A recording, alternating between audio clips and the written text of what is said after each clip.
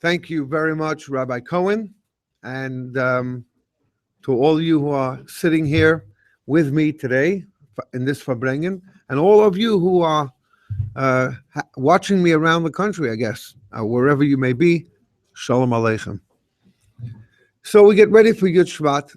In 3 days, at nighttime, it's going to be Yud Shevat. What exactly does that mean to us?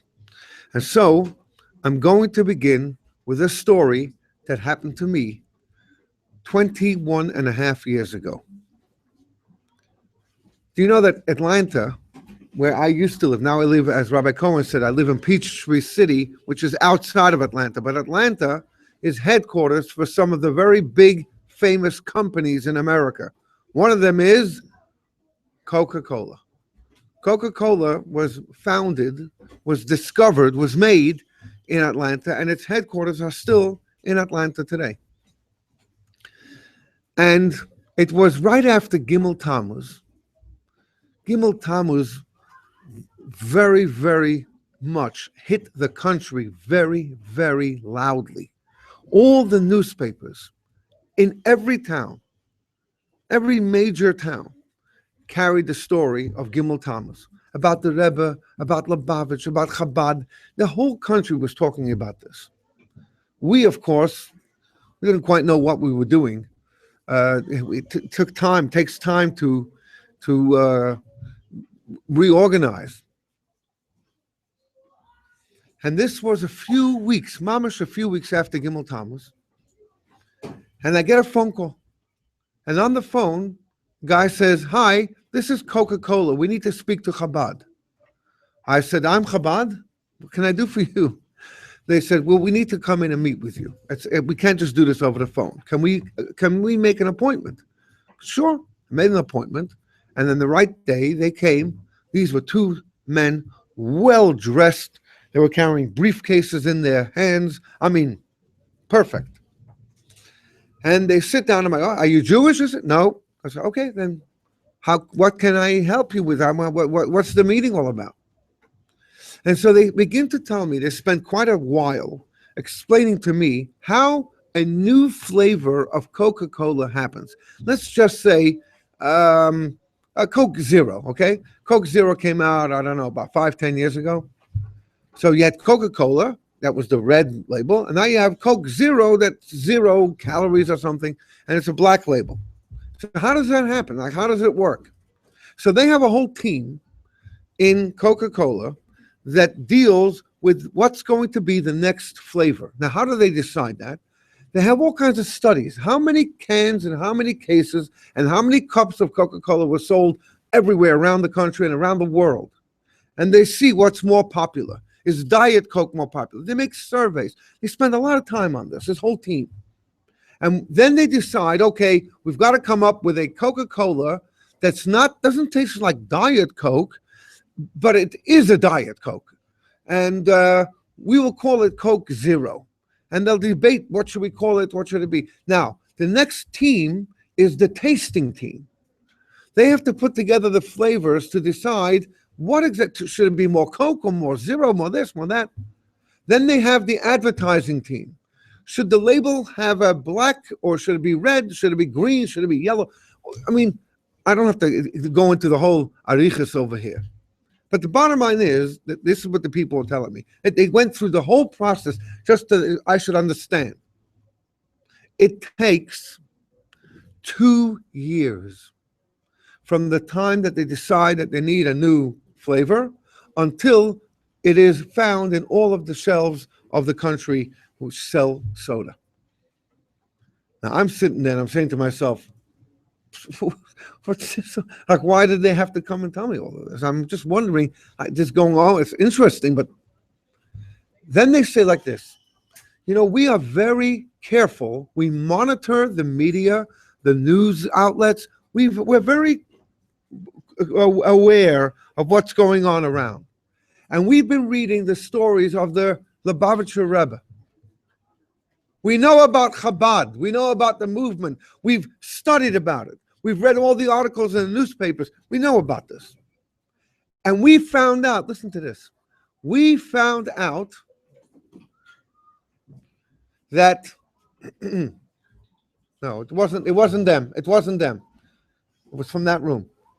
We have found out that the Rebbe would come up with a new campaign, and within 24 hours, the whole world was filled with brochures and with bumper stickers and with signs. And they told me those trucks in Manhattan, in New York, the tanks, in 24 hours. And we would like to learn the secret of the success of Chabad so we can make Coca-Cola more efficient. We can go quicker. Shouldn't take us 2 years. Boy, what's the secret? What's the secret of Chabad? So I said to myself, I can't just, there is no secret. We don't have a secret. It's the Rebbe. But so, you know what? I'm going to describe to them what it was like. I mean, how did it work? Maybe they, if I told them how it worked, maybe they'll get a better understanding of it. So I said to them, look, the Rebbe had two kinds of farbrengens. One kind was in Shabbos, and the other kind was on a weekday. There was also Yom Tov farbrengens, but the Yom Tovs are not that often. So the Shabbos farbrengen would begin at 1:30. I told him that the Rebbe would come into his place. He would be carrying his siddur, and only his siddur. They didn't have any notes. He didn't have any files and boxes and books. And he had his siddur. And the reason why he had a siddur was at the end of the farbrengen, the Rebbe made a bracha achrona, and so the Rebbe always used the siddur. 1:30 in the afternoon, the Rebbe would come and sit down. The Rebbe would make kiddush, and then they would sing a song, and the Rebbe would say a talk for a half hour or so, maybe a half hour, maybe 45 minutes. We call it a sicha, a talk. Then there would be a song, and in the song they would lift up their cups, and people would be able to say l'chaim. The Rebbe would nod to everybody, answer the l'chaim. Sometimes the Rebbe would encourage the singing with his head or with his hands.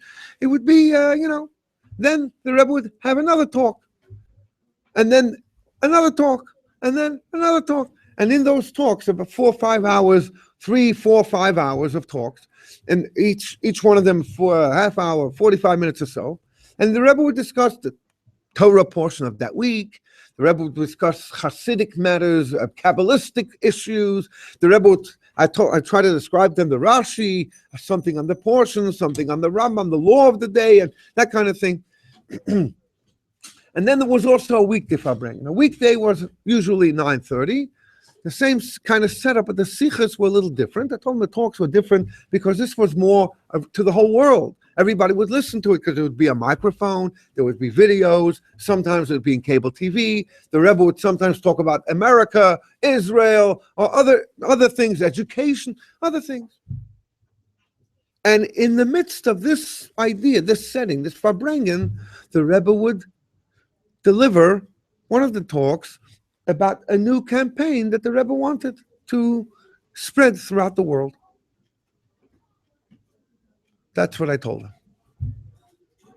So they looked at me confused, and they said, what about all the CEOs and all the executive directors and all the people that were like all his people? When didn't he have any meetings with all of his people to discuss what's the next campaign of Lubavitch? If you think about it, it sounds so ridiculous. The Rebbe was the Rebbe. But to a person who's in business, no, business decisions are made by one person. You have a meeting with all the people, and everybody together comes up with something. That didn't make any sense. So I said, I realized I have to explain the Rebbe a little better. So I said, look, the Rebbe's office is still the way it was when the Rebbe passed away on Gimel Tammuz. I said, the Rebbe's office is basically the same way it was when the Rebbe came to America in 1941. The Rebbe still has phones that you have to dial with your finger. It has a dial, and a couple of buttons on the bottom to speak to inside. The phones are still there. The Rebbe has no carpet. All the 4 walls are covered with books, with holy books that he used. And the desk is the same desk that the Rebbe had when he came in 1941. I said, you want to know how old that room is? In Kfar Chabad in Israel, they built a copy of 770. I'm sure you all know of that. It's exact copy. And I heard this when I was in Israel from the guy who runs the building. They wanted to get the Rebbe's room to be exactly the same as it is in the United States. The Rebbe's room, they wanted to make exactly. The whole building is exactly, but not all the furniture is the same. But in the Rebbe's room, they wanted to try and get it as close as possible. And so there is, in the Rebbe's room, they have the light, has a light fixture. That light fixture is there from when they built this building in the early 1900s or even 1800s. It's still the same one. And what they did was they went around the country looking at the antiques that they sell to see if they can find this kind of light fixture. It wasn't around anymore. So they had to make a new one that was an exact copy. It cost them a lot more money than the shmata they could have bought somewhere because it didn't have it. That's how old this room is. There's hardly another room for another table to sit around with meetings and everything like that. There is no room. There was no meetings. So they said to me, then where did the Rebbe get his ideas from? So I said, from God. And they said, you mean that God? God, like God? I said, in the Bible, Moses is called Ish HaElokim, the man of God. That means that every single generation has one person who God chooses to share his ideas with. What does God want from the world right now? And this is the Moses. And each generation has one of these people. The Rebbe is for this generation. And whatever God wanted in this world, that's what the Rebbe asked of his people to do, to spread throughout the world. And that's why we were so quick in doing what the Rebbe wanted us to do. Because we respected the Rebbe as a holy person, not just as a great wise man, not just as a great leader, not just as a person who was had this vision, but we respected the Rebbe because he was and is the man of God, Ish HaElokim. Well, the Coca-Cola guys stood up, they said, thank you very much, and they left. And I can tell you, I don't believe they understood or learned any secrets from me.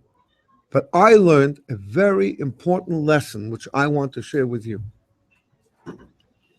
And that lesson is that Coca-Cola is probably the most successful company in the history of the world.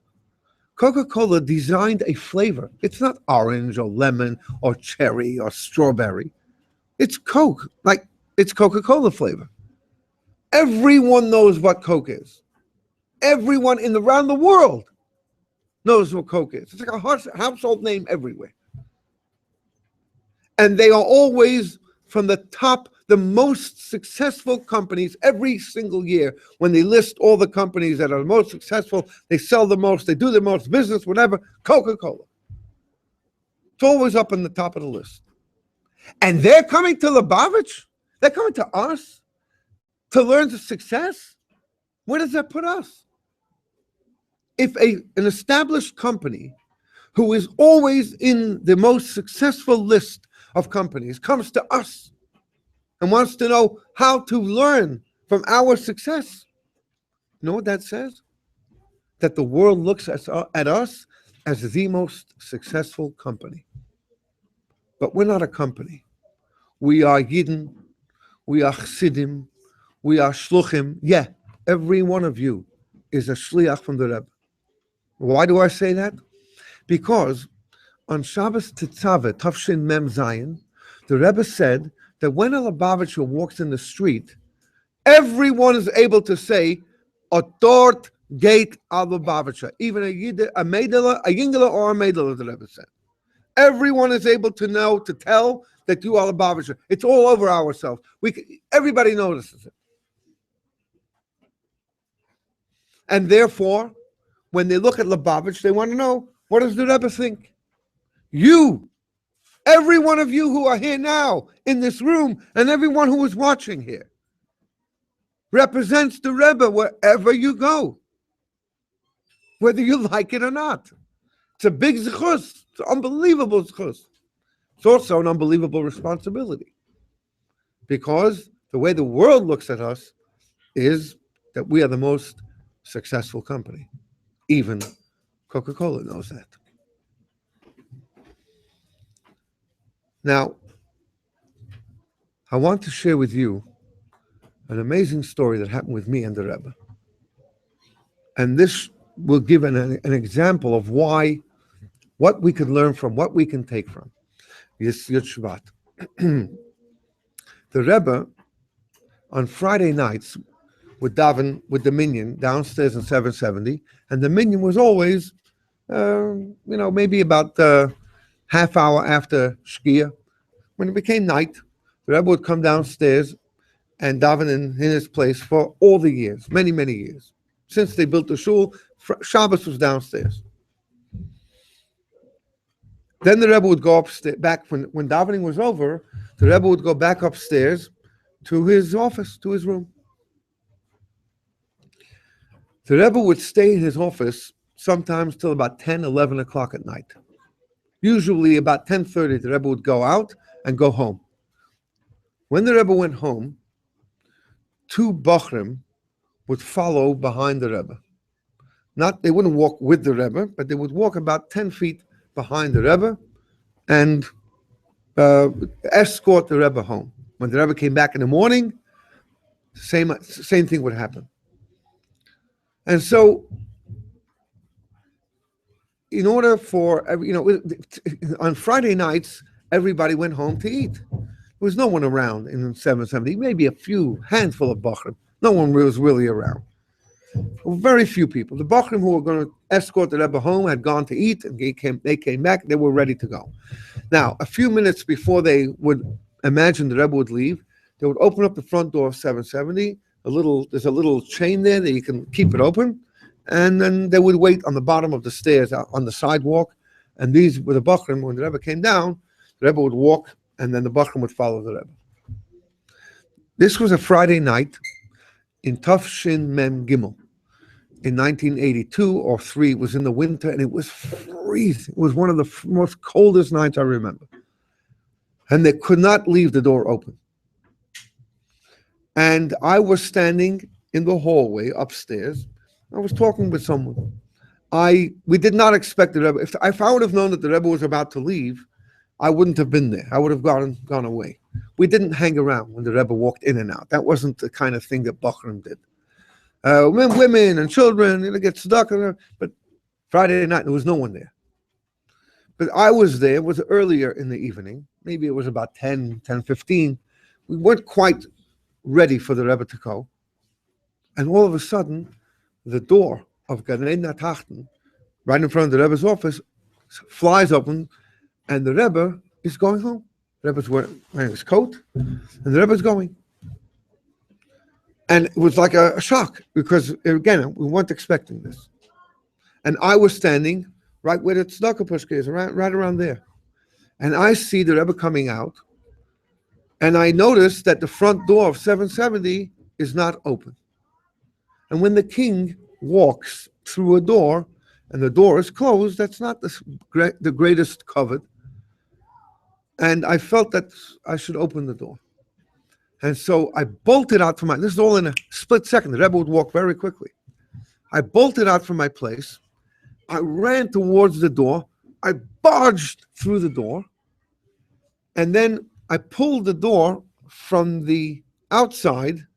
So I barge in the door and I pull the door. I run behind the door and I pull it and I hide behind the door like this. So the door is all the way open and I'm in between the door and the wall. And I'm waiting for the Rebbe to walk out of 770. I give it, 5-10 seconds, and then the Rebbe should go and I will come out from my hiding place. So I'm standing, imagine now, I'm standing like this, holding the door of 770 like this. And I'm looking facing this way. All of a sudden, the Rebbe's face appears in the crack of the door. Instead of walking down the stairs, the Rebbe turns around, walks to the door, and puts his holy face in the crack of the door. My heart is beating right now just remembering that. What that was the last thing I could have possibly expected. And the Rebbe looks at me, and the Rebbe says to me 2 words. No, not Good Shabbos. The Rebbe said, Adank. Thank you. A thanks. And then the Rebbe went. It's not a big story. It's not a miracle story. It's not a meifus. But it's an amazing story. I was a kid. That time I was, I think, 18 and a half. I was a little older than you are now. I was a bacher, young bacher. I was an Ola Torah. Oop, maybe I shouldn't say that here. But I was in the yeshiva there. And the Rebbe did never that I am aware of, never passed up an opportunity to say thank you. Now, when you say thank you to someone, it's a nice thing. But when the Rebbe, the Nasi Hador, takes time out of his incredibly busy schedule to tell a little kid a thank you, I'll never forget it. And the Rebbe knows that. And the Rebbe, in all of the lessons that the Rebbe taught, the most important lesson and focus that the Rebbe wanted was Avas Yisrael. That's why there's Shlichus out there, because you need to bring the Yidden in. And the Rebbe wanted us to learn from the Rebbe to love someone else. And you know what? It's easy to love your friend. It's easy to love your family. Avas Yisrael is to people that it's not easy to love. That was the biggest success of the Rebbe. That every single person who came to the Rebbe, no matter who, felt that the Rebbe cared about him or her. And that's why they kept on coming, more and more and more people. The success of Chabad is based on that. And the Rebbe, on Yud Shevat Tavshin Yud Aleph, the first maimah that the Rebbe said, when he accepted upon himself to be the Rebbe of Lubavitch, that first maimah is filled with that.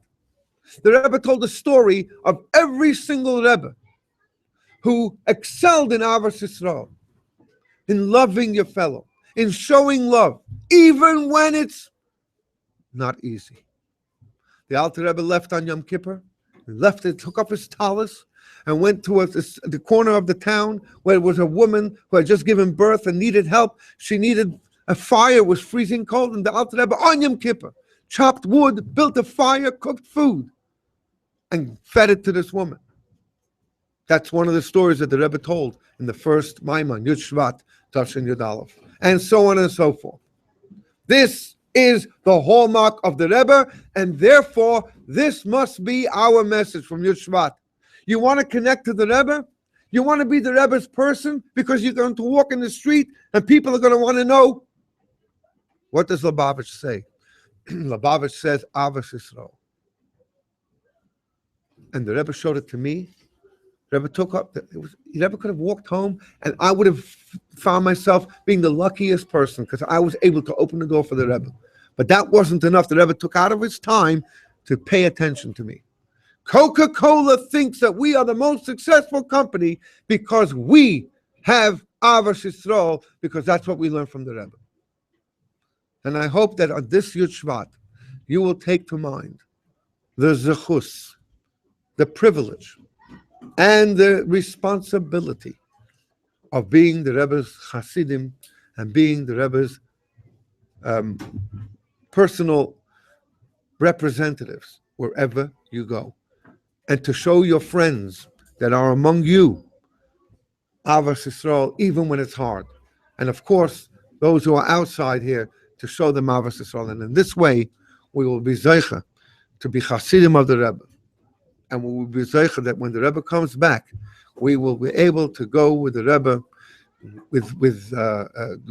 together with the Geula HaMitzvah Shlema, take it from Yad Mamash.